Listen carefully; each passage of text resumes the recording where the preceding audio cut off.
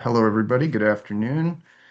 Uh, my name is Alexander Salazar, and I am the owner of Tropical Acres Farms. We're located in the city of West Palm Beach.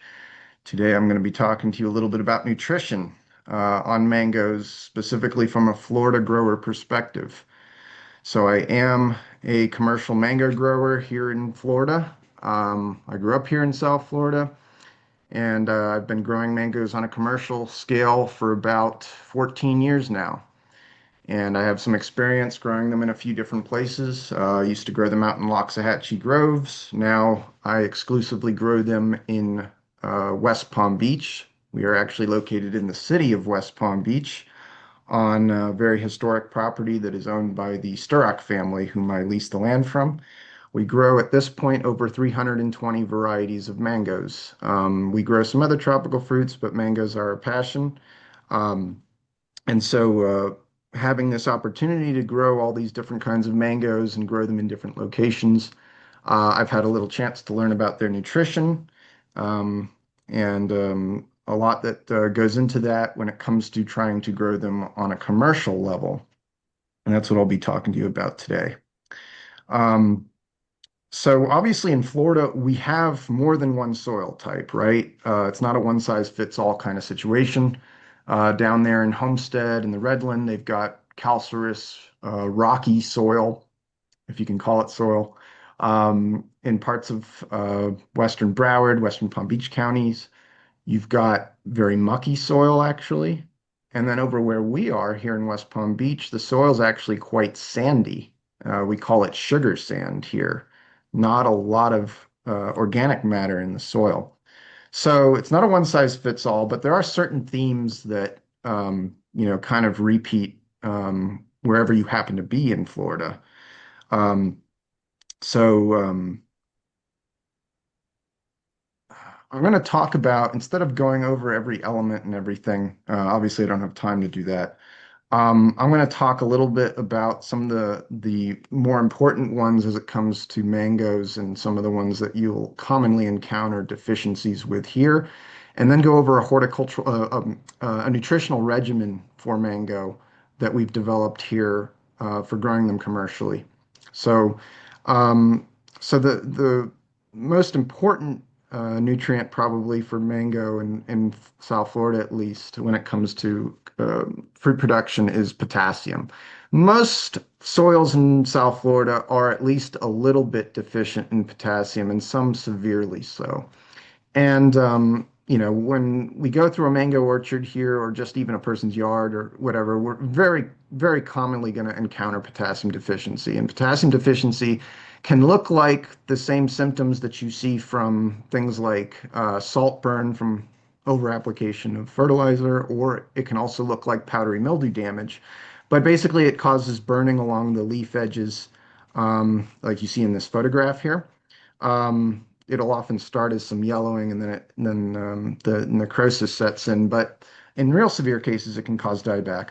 So low potassium causes some big issues with mangoes. It causes issues with reduced yields. So you're getting less total fruit and um, less size to your fruit. You get less coloration, so mangoes that are deficient in potassium don't have as pretty fruit. They're not as red, they're not as orange looking, not as brilliantly colored. And the quality goes down. You see, lower bricks, less fruit firmness, other factors. So potassium is really essential in the process of fruiting. They use a lot of it. Manganese and iron are two very common deficiencies that we'll encounter down here on mango trees. They often will occur together, and their symptoms look similar enough. They cause kind of chlorosis in the leaves, and they can cause defoliation, and oftentimes that defoliation will occur on half the stem, and then it occurs on the other half, followed by some dieback. So it's a pretty common deficiency to see of these two minor elements, and they can look very similar. So distinguishing the two can be difficult, but often the case, if you're treating for that deficiency, you want to treat for both of those elements. Boron, pretty much all mango trees in Florida have some level of boron deficiency unless they're being supplemented. Um, Florida soils have almost zero boron in them from my experience, just from looking at soil analysis. I know our soil here has almost none. Deficiency symptoms are common in leaves. It'll cause distortion of the leaves, something that we call shot hole, which looks like almost like an insect has been feeding on the leaf. You can see in this photograph here. On the fruit, it can cause actually some light splitting. It'll make these little horizontal splits in the fruit. Um, Boron is essential for fruit production, and it's something that if you can add it to your nutritional program, it will definitely help in terms of increased yields and quality too. Calcium is something where you're not going to see the symptoms so much in the trees and in their leaves, but more so in the fruit. So, unfortunately, certain cultivars of mango are much more prone to this. But what it typically will result in is internal breakdown of the fruit. So sometimes we call this different things, jelly seed, spongy tissue, and they can look different too. But basically, we're talking about a breakdown of the flesh that's occurring, um, around the area of the seed. And so I'm sorry, I just exited out of here. Let me go back. Okay, so yeah, so we're talking about like a breakdown around the seed, and that's pretty much always a calcium deficiency of some sort. It can be triggered by different things. It can be triggered by too much nitrogen. It can be triggered by too much rainfall, which limits the availability of the calcium to the tree. But the bottom line is it is a calcium deficiency.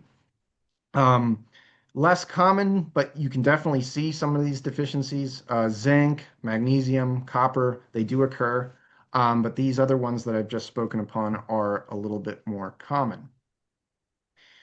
Now, nitrogen, obviously, the first number in the analysis on any fertilizer. So all trees need it, right, in some amount. But mangoes are pretty unique as far as fruit trees go when it comes to nitrogen. They have probably the lowest optimal leaf nitrogen requirements to be healthy amongst any tropical fruit crop that I can think of.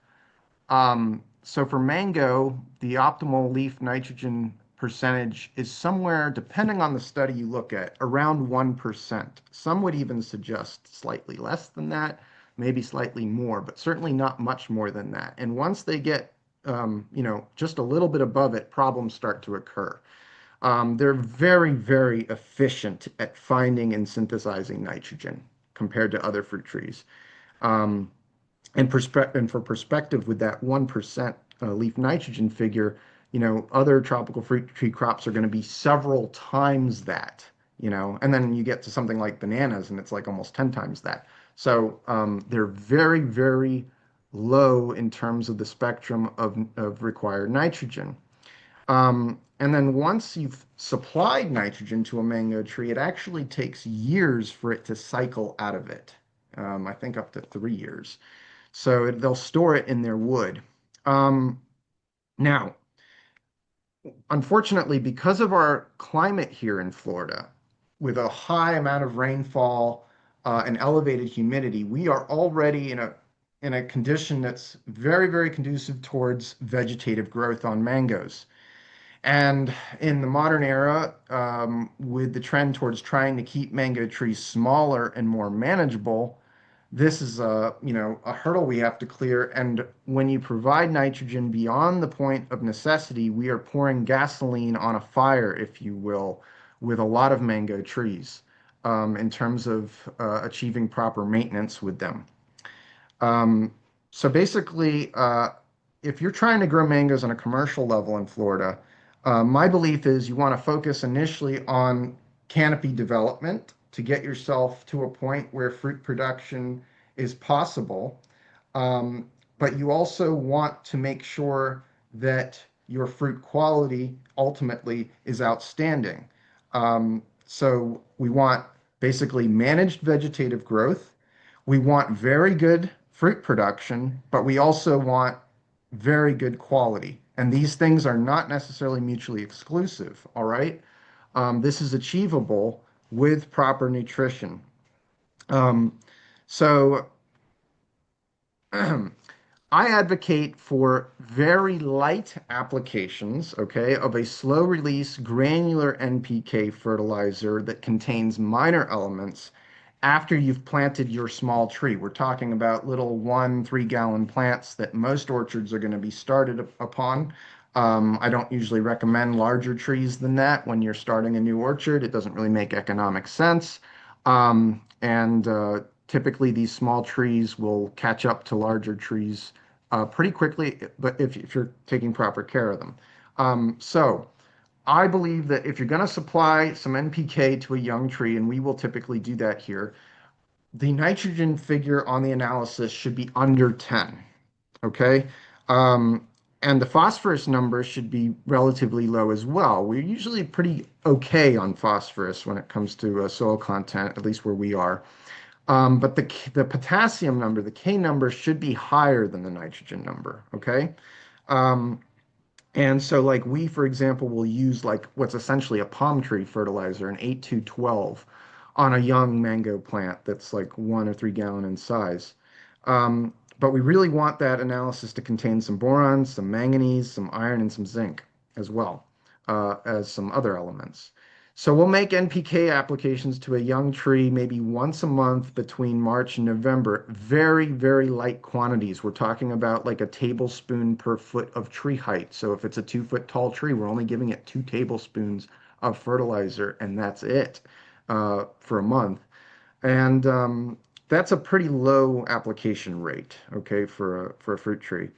Um, but once we've determined that the mango tree has reached a size where it's big enough to start fruiting, we cut the nitrogen out cold turkey. So no more NPK at that point.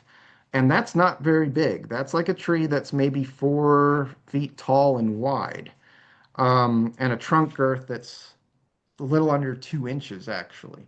So a lot of people will unfortunately continue supplying NPK trees to trees long after that point, and it's just making them more difficult to manage in the long run. It's going to unfortunately reduce your fruit quality, and if you keep supplying them nitrogen, you'll see more disease as well on fruiting trees. So that's more anthracnose, even more bacterial spot as well than you would if you were withholding it. So it's nitrogen is of course essential for tree growth, but typically they'll find enough of it here in South Florida soils that they can subsist without it beyond a certain point. So I advocate for supplying potassium to fruiting size trees as well as developing trees. But once they're fruiting size, we typically will switch them over to basically a pure potassium fertilizer. This one in the photograph here is one that we've used recently, but we've used other brands. It's essentially a 0050, sometimes it's 0052. The analysis will vary depending on the product. Now, a granular form of this would be preferable, like a slow release granular. Unfortunately, that's oftentimes not available. They exist, but they're hard to get from ag supply shops. So you might have to get the soluble forms, but these can be applied like a granular would. They just don't last quite as long. They can be applied in two large doses. One would be applied in the fall, basically to influence the bloom and the fruit set on the mango trees, which typically are going to occur somewhere in between December and March. The second application is made in the spring, and that application is meant to influence the quality of the crop, the size of the fruit, the color, those other factors I discussed earlier. If you prefer, you can split the applications up quarterly, though. Some people don't want to apply quite as much all at once, and that's fine. I just find that these application times tend to have a bigger impact on the crop ultimately in terms of yield and quality and so forth. Um, Minor elements still need to be applied to the tree, right? So if we're cutting out NPK, which had those minors in the fertilizer, we've still got to supply them with minors. So I advocate for foliar applications of micronutrients. Mangoes foliar feed pretty well, much better than some other crops like avocados, for example. Um, and you can apply a micronutrient spray at least every other month. I've seen some people do it once a month and it was fine. But some elements don't translocate very well. Boron is an example of that. So like the benefit is kind of localized, and so some of these things, if you're getting still some micronutrient deficiencies, you may need to make granular applications of microelements. And if the deficiency is really persistent, you might have to resort to applying chelated products depending on your soil, especially in high pH situations like some of those folks down in the Redland and so forth. You know, if your pH is very elevated, you're going to see some nutritional deficiencies. Iron deficiency is very common down there, but so is other stuff. And you may have to resort to using chelated products or complex products. Chelated products work better, in my experience, once you get into higher pHs. Um, and then I'm going to talk a little bit about mulching. Um, so mulching is something that we do with young mango trees that we're trying to get established down here. We will apply mulch to a recently planted tree. We do that because we want to retain some soil moisture and encourage the tree to grow even when it's dry. It also helps amend the soil just a little bit and puts some organic matter and some nutrition back into the soil. Of course, over here we have pretty sandy stuff, so there isn't a lot of organic matter to begin with. And that's generally beneficial for these young trees to get them out started. And so we'll make, one or two large applications of mulch uh, when we've planted them, and then subsequently thereafter, in the year or two thereafter. Um, However, we won't continually apply mulch to our fruiting trees. Once they've reached fruiting size, we're not giving them mulch anymore, just like we're not giving them NPK anymore. And some people are surprised by that because they think, well, wouldn't you want to inhibit weed growth still, once you want to encourage soil moisture and so forth? And actually, on a production size mango, we don't want first of all, we don't want them growing a lot, right? We're trying to control their growth habit. But secondly, mangoes flower off of two factors: cold weather and drought stress. In the tropics, they flower exclusively off drought stress. And so dry soil is actually desirable for encouraging the mango tree to flower, right? We want our trees flowering. So if we can get the soil to dry out, that's a good thing.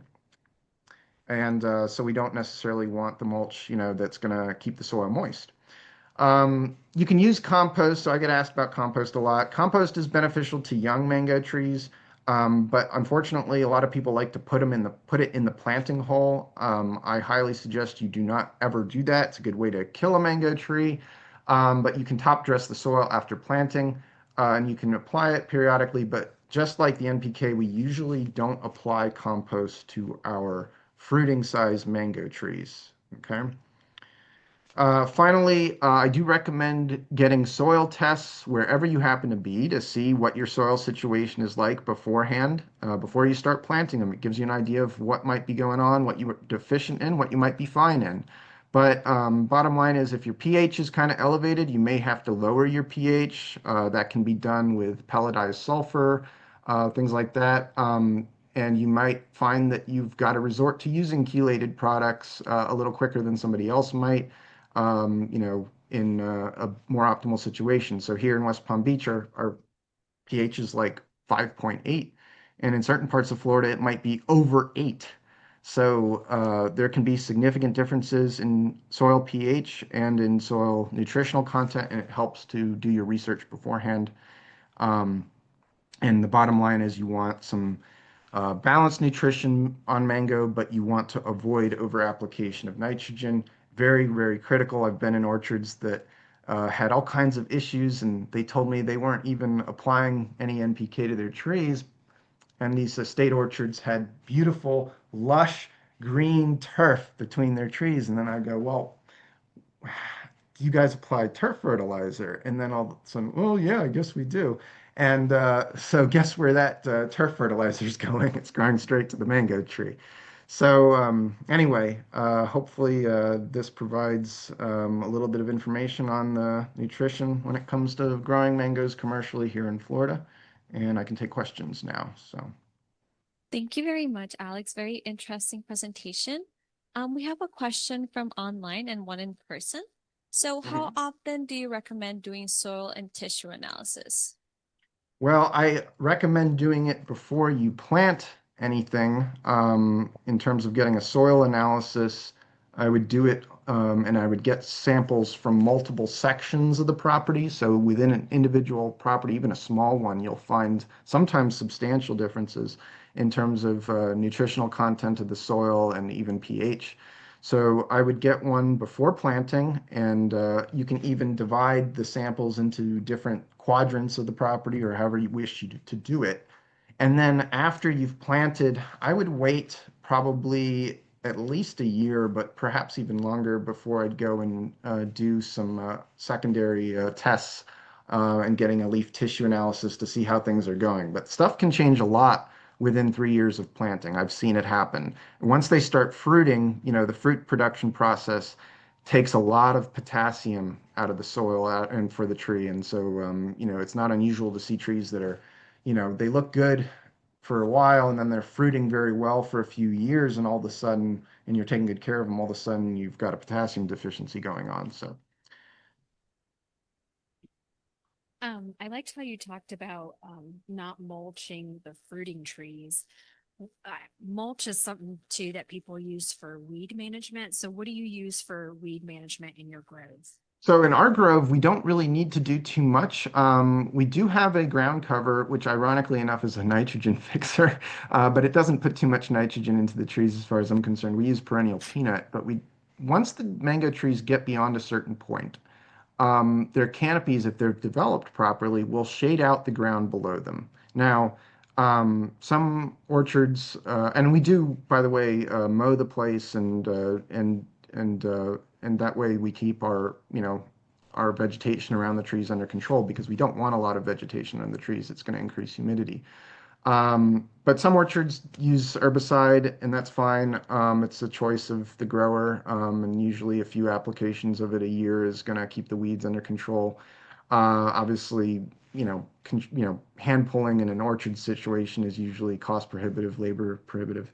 But once a mango tree's gotten some structure to its canopy and some density, it's hard for stuff to grow underneath them. So if they're managed right, and in most situations, you don't have to do a whole lot to control weeds once they've grown a bit. So, Well, thank you so much, Alex. Mhm. Again, any questions that we have that we might not have covered, please address him to his email right there, and he will gladly answer.